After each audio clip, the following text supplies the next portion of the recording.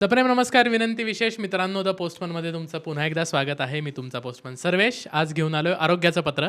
ही series तुम्हाला माहिती आहे, ज्याच्यात आपण वेगळ्या आजारांवर वेगवेगळे डॉक्टर बोलवतो आणि तुम्हाला फायदा होईल अशा ते टिप्स देतात आणि या अनुषंगाने सगळ्या गप्पा असतात.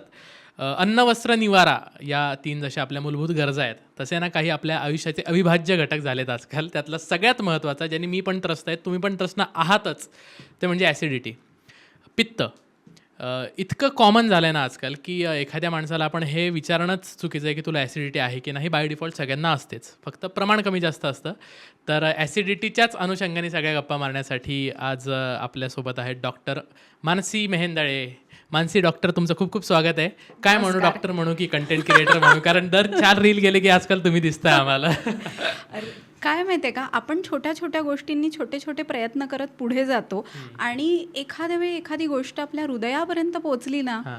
की मग ती लोकांना क्या आवडायला बात सुरुवात आहे. होते. वा. आणि तू जसं म्हणालास की पित्त की जसं ते घराघरात अगदी पोचलंय, प्रत्येकाला आहेच ते. कारण नावातच आहे ना, आम्लपित्त किंवा ॲसिडिटी आपण जे म्हणतो. तू एक विचार कर की आज शरीरामध्ये 3 दोष प्रमुख आहेत, वात, पित्त, कफ. पण ते त्या लेवलमध्ये असणं आवश्यक आहे. म्हणजे वातही अतिशय वाढून चालत नाही, पित्तही वाढून चालत नाही आणि कफही वाढून चालत नाही. प्रमाणात केलं की सगळे दोष चांगले आहेत क्या बात आहे. आणि नाही तर मग ॲसिडिटी होणारच आहे. वा. मी कायम एक उदाहरण सांगते. एक उदाहरण असं की पाणी आहे.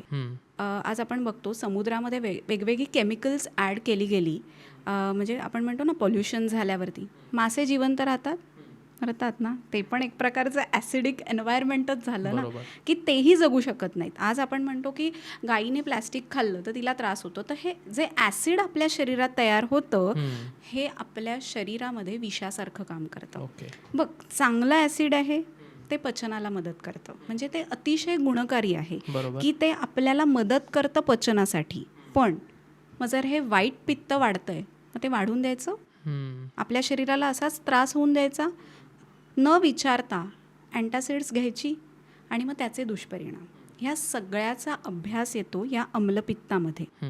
अम्लपित्त एक छोटीशी अरे हां, हिला पित्त झालं आहे ना, एक डोकं दुखतं, एक पॅरासिटामॉल देऊन टाक. इतकं इझी आहे का ते? मुळात समजून घ्यायला हवं की प्रक्रिया कशी असते. आपण प्रक्रिया समजून घेऊ. आपला इन्फॉर्मल गप्पा सुरू झाल्या, पण तुमची ओळख करून द्यायची राहिली आहे. Great. आमचा रेपो इतका कमाल आहे ना, की आम्ही डायरेक्ट गप्पांमध्येच घुसलो. ओके, तर डॉक्टर मानसी तन्वी हर्बलच्या संचालिका आहेत आणि आयुर्वेदाचार्य आहेतच. शिवाय कंटेंट क्रिएटर ही सुद्धा आजकाल त्यांची नवीन ओळख आहे. त्यांचं यूट्यूब चॅनलची लिंक आम्ही खाली देत आहोत. तर टॅरो कार्ड रीडरसुद्धा आहे. पुष्प औषधी पण त्या देतात आणि मंत्रचिकित्सा म्हणजे आयुर्वेदामध्ये जे सांगितलं आहे की मंत्रांनी आपण एखाद्या पेशंटवर उपचार करू शकतो. तर त्यासुद्धा त्यातल्या एक्सपर्ट आहेत. त्यामुळे आज खूप मजा येणार आहे गप्पा मारायला. ॲसिडिटीच्या चर्चेची सुरुवात झालेलीच आहे. Okay, back to Mansi. Yes doctor. Sarvesh, बघ, आता प्रक्रिया समजून घेण्यासाठी आपण सकाळी उठल्यापासून विचार करायचा. सकाळी उठल्यावरती जर आपण वेळेवर उठलोच नाही, म्हणजे 10 वाजता उठलो, तर तिथेच पहिली चूक झाली. बरं. आयुर्वेद असं म्हणतं की सकाळी वेळेवरच उठायला पाहिजे, की ज्यामुळे तुमचा पाचकाग्नी तयार होतो. बघ, सनराईज, सनसेट म्हणजे सूर्य उगवला, अग्नी चांगला तयार झाला. आणि तशी सुरुवात जर आपण दिनचर्या फॉलो करून केली, म्हणजे थोडक्यात काही दिनचर्याचे पॉईंट्स, की सकाळी वेळेवर उठायचं. तरी वेळ किती पाहिजे? आता बघा, आताच्या काळानुसार खरी ब्रह्ममुहूर्ताची वेळ 4 वाजता सांगितली आहे, पण काळानुसार आपण 6-7 असं कन्सिडर करू शकतो. कुठला आकडा क्रॉस नाही करायचा? 8. 8च्या आत उठायचं. हां, म्हणजे that is good thing. Late आहे मी. आणि मग कधी दमलो असू तर नक्कीच ती रेस्ट घ्यायला पाहिजे. पण सकाळी लवकर उठल्यामुळे काय होतं, अग्नी चांगला तयार होतो. ॲसिडिटी अवॉइड करायची असतील तर दिनचर्यामध्ये ह्या गोष्टी आपल्याला फॉलो करायला हव्यात. सकाळी उठल्यावर एक चुकीची सवय म्हणजे भरपूर पाणी पिणं. आयुर्वेदाने काय सांगितलंय, सकाळी उठल्यावर पाणी प्या, त्याला उषपान म्हणतात. पण ते ओंजळी प्रमाणाने सांगितलंय की तुमच्या म्हणजे तुमच्या हाताची ओंजळ केल्यावरती ते 5 किंवा 7 असं एवढंच पाणी प्यायचं आहे. पण काळानुसार आपला अग्नी तेवढा राहिला आहे का? नाही राहिला आहे. काळानुसार बदल करायला हवेत. सो आपण अर्धा भांड, 1 भांड एवढंच पाणी प्यायचं. का? की क्लिन्झिंग ऑफ द बॉडी. आणि ते सुद्धा गरम, अगदी खूप गरम नाही घ्यायचं, त्यांनी ॲसिडिटी वाढेल. कोमट पाणी घ्यायचं, की स्वच्छता झाली, चिकटा निघाला, पोट नीट साफ झालं पाहिजे, नाही तर ॲसिडिटी होणार आहे. त्याच्यानंतर वेळेवरती नाश्ता, म्हणजे सकाळची न्याहारी, त्याच्यामध्ये असे पदार्थ पाहिजेत की ज्यामुळे आपलं पचन नीट होईल. त्यानंतर दुपारी वेळेवर जेवण. ऑफिस टायमिंग आहे म्हणून 2-3ला जेवण घेतलं तर तुमची ॲसिडिटी कधीच क्युअर होणार नाही. तुम्हाला तुमच्या आरोग्यानुसार प्रायोरिटी म्हणून तुमचं जेवण वेळेत घ्यायला हवं. त्यानंतर येतो संध्याकाळी 5 ते 6चा वेळ. त्यावेळी पण हलकं फुलकं काहीतरी खायचं, लाईक पोह्याचा चिवडा आहे किंवा मखाणे आहेत की जे ॲब्झॉर्ब करतात ॲसिड. बघ हे पदार्थ कसे त्याच्यानंतर रात्रीचं जेवण आणि शतपावली, म्हणजे थोडा वेळ तरी काहीतरी आपण चालण्याचा हलका व्यायाम करायचा, वज्रासनात बसायचं. आणि सकाळी एक पॉईंट मिसिंग आहे, तो म्हणजे व्यायाम. सकाळी उठल्यावरती एक 25 ते 30 मिनटं व्यायाम केला गेला पाहिजे, लाईक सूर्यनमस्कार, वॉकिंग आहे, हे जे जमेल ते आपल्याला करायचं आहे. हा झाला दिनचर्या क्रम. जर आपल्याला ॲसिडिटी अवॉइड करायची आहे तर आपण हे फॉलो करायचं. आणि यातली सगळ्यात महत्त्वाची गोष्ट की जे ॲसिडिटीचं प्रमुख कारण आहे, डिहायड्रेशन. अनेक वेळेला लोक पाणी प्यायलाच विसरतात, पाणी पितच नाहीत. म्हणजे खरं म्हटलं तर आपण पाणी वेळेवर पिणं हे खूप महत्त्वाचं आहे. जीवन म्हटलं आहे ना त्याला. पित्ताचा एक गुण आहे, द्रवगुण. जर हा पित्ताचा द्रवगुण ॲसिडिटीमुळे वाढला तर रुग्णामध्ये लक्षणं काय दिसतात? मळमळ. आणि मग हे अवॉइड करायचं असेल तर पाणी आपल्याला वेळेवर प्यायला पाहिजे. अच्छा, ॲसिडिटीच्या मेकॅनिझमकडे मला थोडंसं यायचं आहे. हो. काही लोकांना ॲसिडिटी झाल्यानंतर जळजळ होते, काही लोकांना डोकं दुखतं, काही लोकांना उलटी होते. येस. सो सिम्पटम्स वेगळे आहेत. याचा अर्थ त्यांना होणारी ॲसिडिटी सुद्धा वेगळी की फक्त प्रमाण खालीवर आहे? प्रत्येकाचं लक्षण वेगळं आहे. पित्त तेच आहे, फक्त त्याचं लोकेशन बदललं आहे. बघ, म्हणजे काही जणांचं डोकं दुखतं म्हणजे त्यांच्या नर्व्स कोणत्या हेडेक पेन करतायत तर मानेच्या वरच्या. काही जणांचं पोट दुखतं ॲसिडिटी झाल्यावर, काही जणांना मळमळतं. म्हणजे हे सगळे पित्ताचे गुण वाढलेत. म्हणजे पित्ताचे जे नॅचरल गुण आहेत, बघ पित्त नॅचरली कसं आहे, थोडंसं तिखट आहे. हो, बरोबर. किंवा ते तीक्ष्ण गुणात्मक आहे. तर हा जो तीक्ष्ण गुण वाढला पित्ताचा तर डोळ्यांची जळजळ, छातीत दाह होणे, डोकं दुखणं हे होतं. पण ह्या पित्ताचा द्रवगुण वाढला तर मग उलटी होते, मळमळ होते.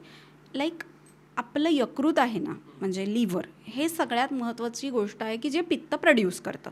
आता हे जे आपण पित्त प्रोड्यूस होतं आहे शरीरात, काही कारणाने ते एक्सेस वाढलं, ते स्टोअर कुठे होतं आहे? गॉल ब्लॅडरमध्ये. जर ते गॉल ब्लॅडरमध्ये नीट स्टोअर नाही झालं तर चयापचय क्रियेचा वेग वाढतो आणि मग त्यामुळे त्या पेशंटला खूप जास्त प्रमाणात भूक वाढते. मग जर वेळेवर जेवलं नाही मग डोकं दुखतं, मग ॲसिडिटी होते. त्यामुळे बरेच जणं ॲसिडिटीची लक्षणं काय सांगतात की दुपारी आम्ही उन्हात फिरायला गेलो मग ॲसिडिटी झाली, आम्ही वेळेवर जेवलो नाही मग ॲसिडिटी झाली. हे कारण काय आहे की तुमच्या पित्ताचे ते गुण बदलले, शिफ्ट झाले, लोकेशन बदललं. तुला माहिती आहे का, काही जणांना पित्त वाढल्यावर अंगावरती खाज येणारे पॅचेस उठतात, त्याला आपण अर्टिकेरिया किंवा शीतपित्त म्हणतो. जे भ्राजक पित्त त्वचेच्या ठिकाणी आहे ते दूषित झाल्यामुळे तो त्रास होतो. डोळे जळजळ, डोळ्याच्या ठिकाणी आहे आलोचक पित्त. आलोचक पित्त बिघडलं, अंधुक दिसणं, धुसर दिसणं, डोळ्याचा नंबर वाढणं, डोळ्यांची जळजळ होणं, डोळे लाल दिसणं. किती पित्ताचे प्रकार. तेच ना, म्हणजे आपल्याला काय वाटतं ॲसिडिटी खूप सिम्पल आहे. नाही, इट्स नॉट सिम्पल. एखाद्या माणसाला विचारा की ज्याला ॲसिडिटीचा त्रास होतो तो म्हणाल की नको. आणि कितीही वेळा केलं तरी जे लोकेशन्स आहेत ना, एकदा ट्रिगर झाली ना की मग आपल्याला त्याच्यासाठी काही वेळा डाएट, व्यायाम हे करून त्यांना योग्य वेळेत कंट्रोल करणं खूप महत्त्वाचं आहे. बघ, भांड्यामध्ये दूध ठेवलं आहे, ते दूध उतू जायच्या आत गॅस बंद केला तरच सेव्हिअर आहे, नाहीतर मग ते उतू गेलं मग पुढची प्रोसेस आली. त्यामुळे जर पित्त होतं आहे ना, वेळेत चिकित्सा करा. असाच एक पेशंट होता, खूप ॲसिडिटी, म्हणजे त्याला रोज सकाळी उठल्यावर तोंडातनं कडू पित्त पडायचं, म्हणजे पिवळं पिवळं पडलेलं दिसायचं दात घासताना. सो तो इतका कंटाळलेला की त्याच्या बायकोनी काय सांगितलं की मॅडम मला आता कंटाळा आला, सकाळी उठल्यापासून खा खा करून त्यांचं ते चाललेलं असतं आणि वजन वाढत नाही आहे, प्लस त्यांचा म्हणजे त्यांना ना थकवा पटकन यायला लागला. सोप्पं सांगितलं त्यांना की लाह्या असतात बघ आपल्याकडे, साळीच्या लाह्या, त्या लक्ष्मीपूजनाला आपण वापरतो, त्याचं पाणी करून प्यायला सांगितलं. साळीच्या लाह्या भिजत घालायला सांगितल्या आणि त्या भिजत घातलेल्या साळीच्या लाह्या रात्री भिजत घालायच्या, सकाळी ते पाणी गाळून प्यायला सांगितलं. त्यांचा मला 2 दिवसात फोन की मानसी बरं वाटतंय काकांना, जळजळ थांबली आहे, ढेकरा येणं कमी झालंय आणि मेनली ते उलटीच्या मार्फत जे पित्त येत होतं ते कमी झालंय. शरीरात आपलं शरीर खूप ॲक्टिव्ह असतं की त्याला बरोबर कळतं की हे एक्सेस झालं आहे, बाहेर टाकायला पाहिजे, म्हणून ते टाकत असतं. पण कधी कधी सतत उलटी झाली तर त्याचा दुष्परिणाम पण आहेत. हृदयावर प्रेशर जनरेट होतं, कधी कधी ब्लिडिंग त्यातनं होऊ शकतो.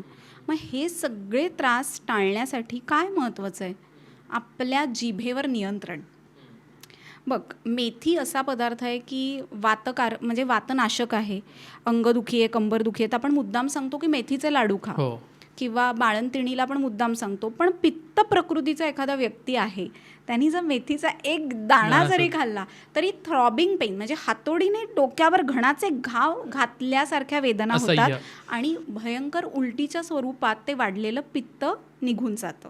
पण हा सगळा त्रास का होत झाला? कारण तो एक मेथीचा दाणा आपण खाल्ला म्हणून. जर हा दाणा खाल्ला नसता तर त्रास झाला असता का? नाही. त्यामुळे मोह, की तुम्ही कंट्रोलमध्ये, मोह म्हणजे तुम्हाला एक लिमिटेशन आहे की हे पदार्थ तुम्ही खायचे नाहीत. तर अशी मोठी लिस्ट आहे की काय पदार्थ जर आपल्याला ॲसिडिटी असेल तर आपण अवॉइड करायला हवेत. बघ, नॉनव्हेज खाणं काही वाईट नाही आहे, पण ते प्रमाणात खायला पाहिजे. कधी खाताय ते महत्त्वाचं आहे. उठल्या खाऊन चालेल का? नाही ना, एक ठराविक वेळ आहे. अग्नी चांगला हवा, अग्नी बघून खायचं. म्हणजे सकाळच्या वेळात मांसाहार न घेतलेला चांगला. म्हणजे ब्रेकफास्टला रे, तो कोणी घेतच नाही. 12 नंतर चालेल, कारण 12ला अग्नी प्रज्वलित झाला. त्याच्यानंतर दुसरी महत्वाची गोष्ट म्हणजे आज आपण गरम मसाला वापरतो आहारामध्ये. तर गरम मसाला काय आहे? नावातच गरम आहे ना. ब्लड मधलं म्हणजे रक्त आपल्या शरीरातलं जे आहे त्यातलं पित्त वाढलं की आपली ॲसिडिटी होते. एखादा ॲनिमियाचा पेशंट आहे तर आपण काय म्हणणार, अरे काय पांढरट दिसायला लागलाय रे, रक्त कमी झालंय वाटतं. तसंच ज्यांच्यामधलं रक्तातलं पित्त वाढतं ना, त्यांच्याकडे बघून पण आपल्याला कळतं की हा पित्त प्रकृतीचा व्यक्ती आहे किंवा ह्याला पित्ताचा त्रास आहे.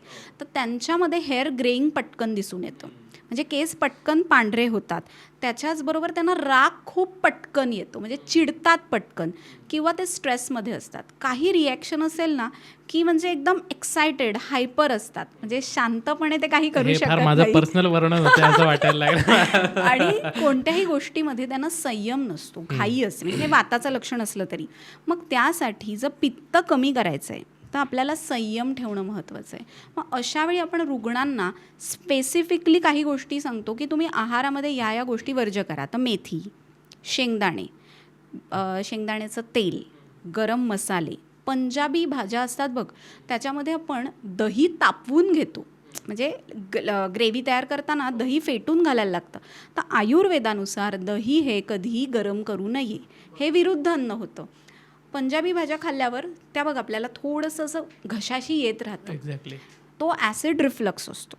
गर्ड आपण जे म्हणतो की पोटामध्ये जेव्हा ही चयापचय प्रक्रिया घडत असते तेव्हा काही प्रमाणात ते वरती येतं. बघ, कुकरची शिट्टी झाली, थोडं भात शीतवर दिसतात ना, की पचन होताना ते प्रेशरनी ते वर आणलेलं असतं. मग हे कोण करतं? तर हे वात करतं. सो वाताला जर आपण कंट्रोलमध्ये नाही ठेवलं तर हे पित्त बिघडणारच आहे.